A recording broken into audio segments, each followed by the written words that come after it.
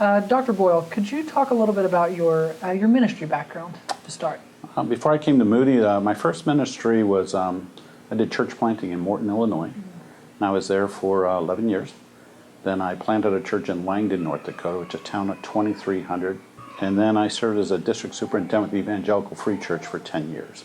Is it possible, do you think, to lead a church without conflict, or a church absent of conflict? As soon as you make a change, you're going to have conflict. Sure. I mean, that's the thing that creates conflict in the church. Well, you're going to change a ministry, or if you're going to stop something, start something, do something different, it automatically creates some conflict, because change is what creates a conflict in the church. Sure. Yeah. And I guess the next question, would be, well, what are some of the main sources of conflict? Change. I think the changes probably creates it. You've got historical conflict, things that have not been dealt with in the past, and sometimes in churches you have to deal with that. And that's, for example, I had a church that they changed pastors every 3 years. On routine? Yes. And when you looked at that, you asked, what's going on here? And there was a conflict that they never resolved. And they finally got a pastor who was able to work through the conflict, and he was able to stay there 8 years. And so sometimes you can have that historical systemic conflict that you have, but the other stuff just sort of rises up. When I say change, it can be over if you want to create a new ministry, or if you want to cut out a ministry, or if you're going to change the worship, if you want to build a building, if you want to raise funds, if you're going to change the budget. All those things can create conflict in a church of different kinds. Okay, so you've seen these kinds of things. I've seen those kinds of things. Yeah, and you mentioned this one pastor came in and was able to stay for 8 years.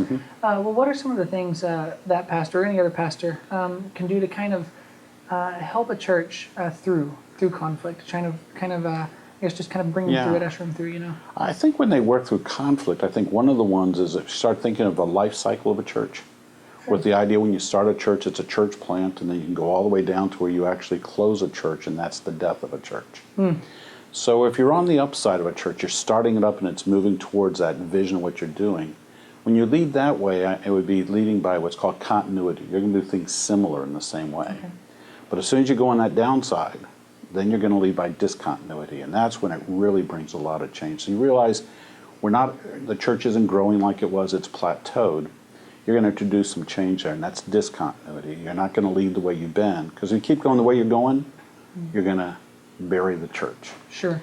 But if you want to bring change to it, you have to do things different. That's the discontinuity that you bring to a church.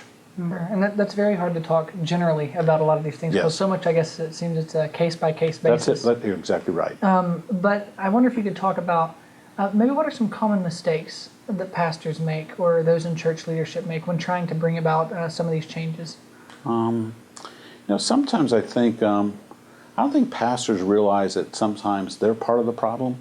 And what I mean by that is we have our own way of doing things. We have our own baggage we bring in. And I think at times we're not thinking through how that impacts how we do ministry. I think another mistake we make is with the history of the church, and I think within leader of the church, in 1 Timothy 5 it talks about if you're going to correct an older man, you treat him like a father. Or you appeal to him as a father, an older woman as a mother.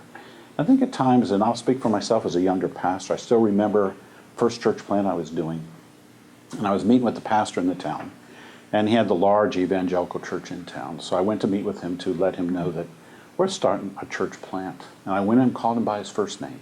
He could have been my dad. I remember going and calling him Milo. I said, well, Milo, and I introduced myself. He was very gracious to me.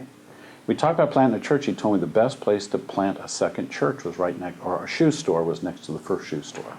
And you'll both do really well. So he said, you're welcome to come into town. I said, well, thank you, Milo. I appreciate that. And I was preaching through 1 Timothy 5, and it talked about how you treat older men.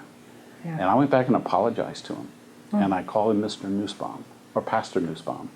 And in fact, I just saw him this past week, and I still call him Pastor Nussbaum. But I think the idea how we respect to show that fatherly appeal to older men. So younger pastors, I think, at times do not appeal to the older men as fathers. They treat them like brothers, and that's called sibling rivalry. And so I think that creates a problem for guys in the pastor, or conflict for them as they try to work through some things, some mistake they'll make. Sure. And I guess there's a little bit of a learning curve, as you saw in that. Yes, there is. Well, so what are some of the, I guess, the better ways to go about that when you hit these, I guess, leadership roadblocks? Just things to be aware of. I think one is, it depends on how you're in the church. I mean, if you're going to an existing church, Sure. it's realizing that the history of the church and even of the previous pastor is your history. I mean, how he did things, they're going to assume you do. So you have to build a trust relationship there. I think we hit the roadblocks. I think one thing is you meet with them one-on-one, your leadership team. Just go for a cup of coffee and talking with them. And real proverb I've found helpful is Proverbs 20, verse 5. It says, plan of man is like deep waters, but a man of understanding draws it out. And that identifies that we've got these plans in our hearts and ideas. Sure. Your leadership team have ideas, but they don't always talk. And it's sitting there. And I think the idea is, well, how do you draw it out? It's with questions. And one of the things is sitting down just asking questions so you hear what they're really thinking versus what you think they're thinking. Yeah, sure. Socratic And approach. yes, and the idea that just because they don't talk, here's one to keep in mind. If you're in a meeting and they don't say anything, it doesn't mean they agree. And we oftentimes treat silence as agreement. Agreement, tacit agreement. That's Yeah. right. And I think that's why you go out for a cup of coffee, ask them a bunch of questions where they're coming from. It may give you a better understanding of why there's a roadblock, and maybe there's some history with that roadblock Sure. on some things. Sure. Yeah. Well, Dr. Boyle, thank you. You're welcome. Thank you for the interview. Appreciate it. Thanks for the time.